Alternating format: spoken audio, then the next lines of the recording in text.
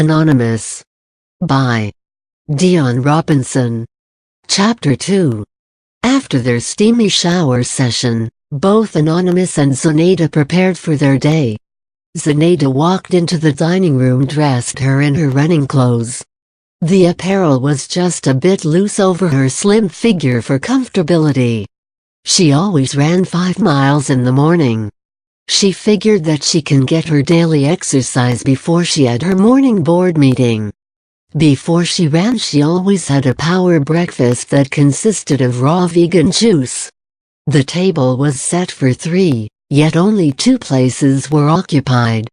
Zenaida sat down and started drinking her raw juice, while Anonymous had more. Anonymous wore his business attire as a plate of bacon, eggs, toast, and a cup of Kopila coffee. It was an expensive blend that was good to relieve hangovers, which Zenaida introduced him to the brand when they first started dating. Anonymous barely touched his food as he was focused on reading documents from his work. "Hey! No work at the dining table. Those are the dining room rules," Zenaida replied. "I am sorry, but I gotta get this paperwork done by Wednesday." "Put it away," Zenaida demanded. "Fine. Putting it away," Anonymous replied with a slight annoyed tone. Anonymous opened his briefcase and put the documents snugly into a compartment. As Anonymous started to eat his food, he notices the empty seat that was set for a third person. "Where is that damn boy? Is he awake yet?" Anonymous with an irritated tone. Zenaida turns to the maid. "Go get Trevor," Zenaida demanded. The maid scurries out of the dining room.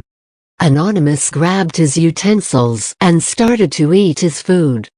Zenaida looked at Anonymous's plate with disgust. Here it is, a man with financial substance.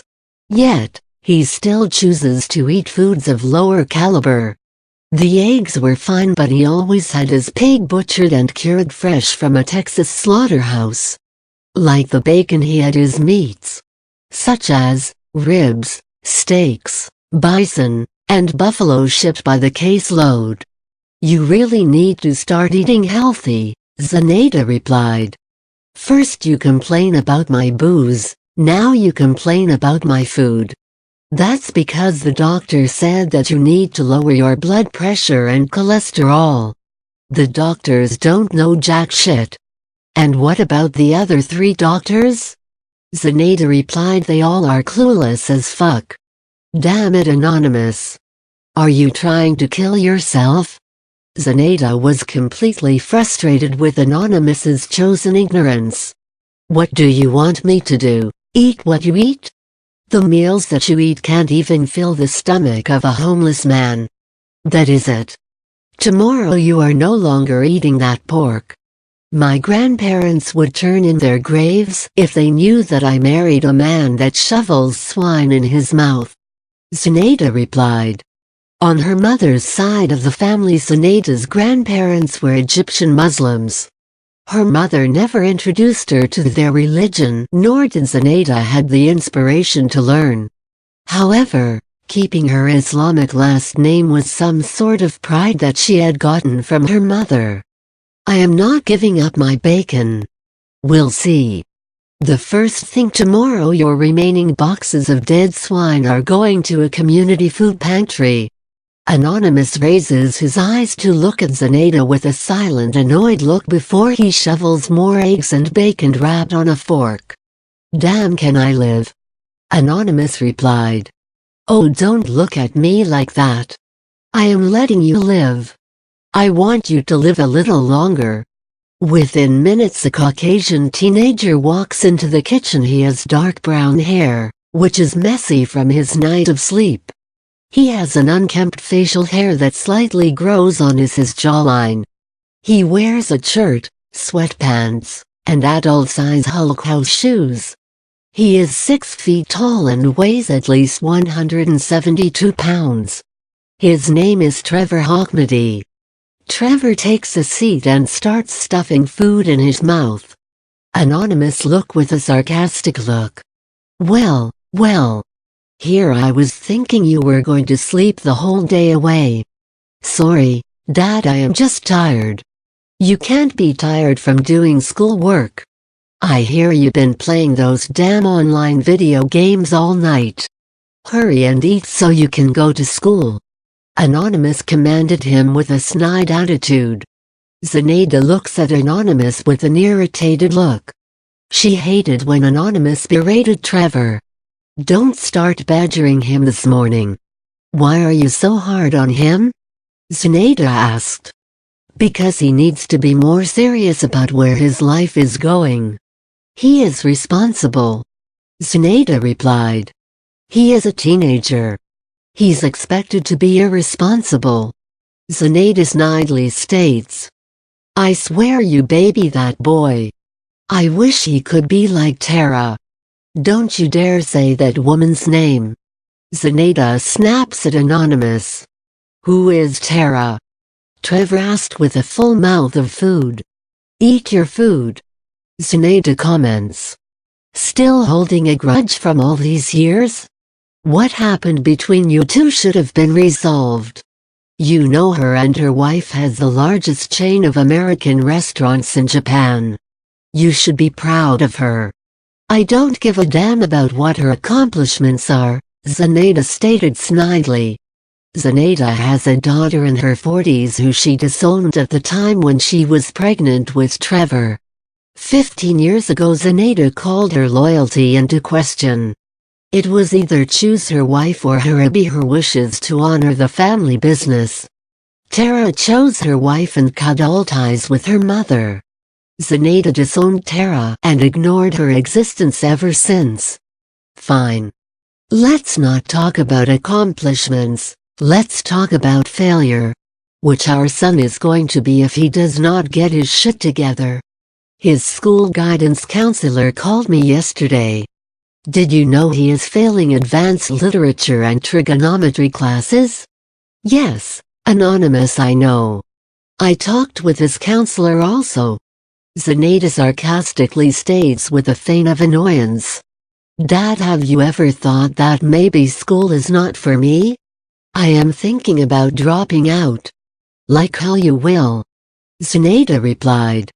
Anonymous wanted to give Trevor a backhand across his face for even considering the mere thought of dropping out. Trevor goes to a prestigious private school and a pricey one. It is very demanding with a curriculum and strict with their uniform dress code. Oh, you are going to school. I'll be damned that you piss away $50,000 a year. Anonymous replied. Well, if you are going to force me to go to school, you can at least let me stay in Michigan for the summer? Absolutely not. I take you to New York every summer so you can learn how to run Soft Solutions. I have no friends in New York, Trevor replies with a mouthful of food. That is a small sacrifice to learn how to run a company that you will inherit. And would you slow down eating? You are chewing like a pregnant cow. Anonymous replied. Anonymous, stop badgering him. Zenaida demands. Yeah, Dad. Chill out. Trevor replies in a male whining voice. Fine, you talk to him. Anonymous replies in frustration. Zenaida looks at Trevor with a nurturing look. Now son, your father is right. You need to spend more time studying. I know, but that school is so hard. Why won't you let me go to public school? It is easier. Trevor asked. Because you deserve the best education. You are a Hawkmedy. It is a proud name. But what if? No what ifs. No video games until you do your homework. Now if you are having problems with the coursework, I will hire tutors for you. If I do that, will you try harder for me? Yeah, Mom, I will. Trevor replies with a smile. It disgusted Anonymous seeing Zenaida pampering Trevor. He despised the thought that he was literally raising a spoiled rich kid. See Anonymous. You get bees with honey. Zenaida snidely replies. You also get flies with shit. Anonymous grumbles. Hey, I have a favor to ask. Trevor stated. Anonymous took in a deep breath of frustration to prepare for begging. Anonymous knew whatever Trevor wanted, Zenaida was going to give him regardless. What is it, my beautiful baby boy? Can I get the car this weekend? Absolutely not.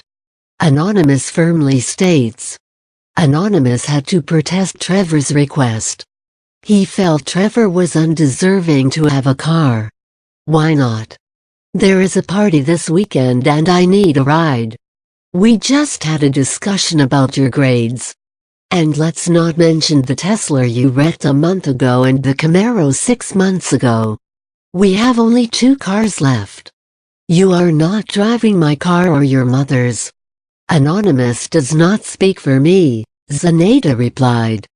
So I can use your car? Trevor asked with a twinkle of excitement in his eye. No, but I'll rent you one until I can buy you a suitable replacement. Zenaida states. Thanks. Trevor replies with a smile. Now go get ready for school.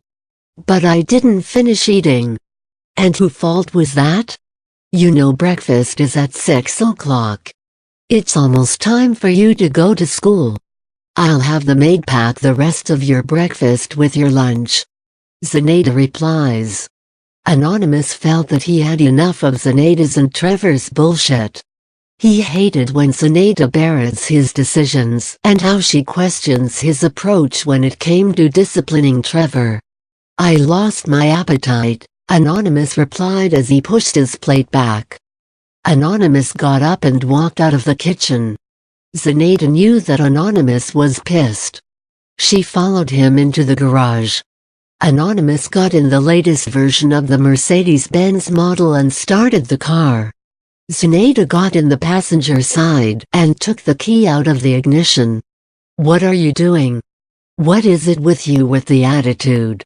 We'll discuss it when I get home, Anonymous replied with a cold manner.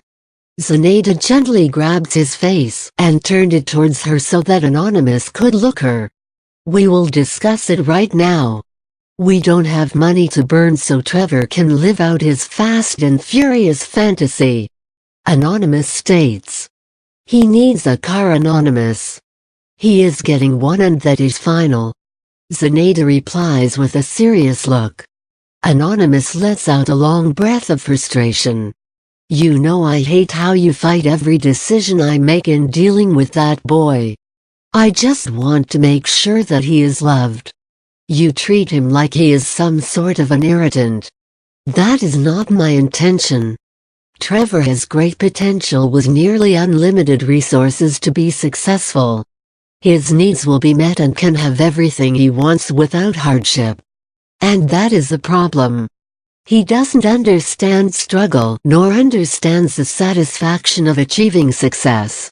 He needs to learn some sort of responsibility so he can be more appreciative of what he has.